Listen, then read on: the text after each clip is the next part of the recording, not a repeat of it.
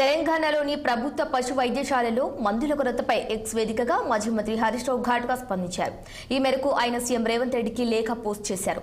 1962 పశు వైద్య సంచార వాహన సేవల్లో అంతరాయం ఏర్పడిందని, మూగజీవుల మౌన రోదనను తొలగించడంలో కాంగ్రెస్ ప్రభుత్వం వైఫల్యం చెందిందని తెలిపారు. వ్యవసాయంలో దున్నుగా నిలుస్తూ పాడి సంపదతో అదనపు ఆదాయాన్ని సమకూర్చే మూగజీవాల సంరక్షణ పట్ల ప్రభుత్వం నిర్లక్ష్యాన్ని ప్రదర్శించడం శోచనీయమన్నారు. పశు సంవర్ధక శాఖ కూడా సీఎం వద్దే ఉన్నప్పటికీ మూగజీవాల మౌన రోదనను మాత్రం పట్టించుకోవటం లేదని రేవంత్ రెడ్డిపై మండిపడ్డారు హరీష్ రావు.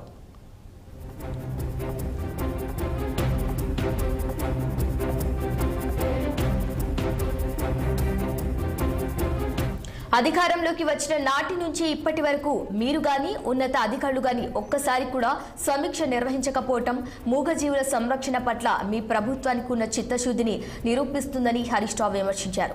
ఇప్పటికే గొర్రెల పంపిణీ కార్యక్రమాన్ని అటకెక్కించారని, చేపల పంపిణీని ఆలస్యం చేస్తున్నారని ఫైర్ అయ్యారు. ఇప్పుడు మందుల సరఫరా చేయక మూగజీవాల మరణాలకు కారణమవుతున్నారని ఆవేదన వ్యక్తం చేశారు ఆయన. వానాకాలంలో వ్యాధులు ఎక్కువగా వచ్చే అవకాశం ఉంటుంది కాబట్టి నిర్లక్ష్యం వీడి తగిన చర్యలు తీసుకోవాలని కోరారు. ఇక పశు వైద్య సంచార వాహనాల్లో విధులు నిర్వర్తించే ఉద్యోగులకు సకాలంలో వేతనాలు చెల్లించాలని బీఆర్ఎస్ పార్టీ పక్షాన డిమాండ్ చేస్తున్నామని తెలిపారు హరీష్ రావు.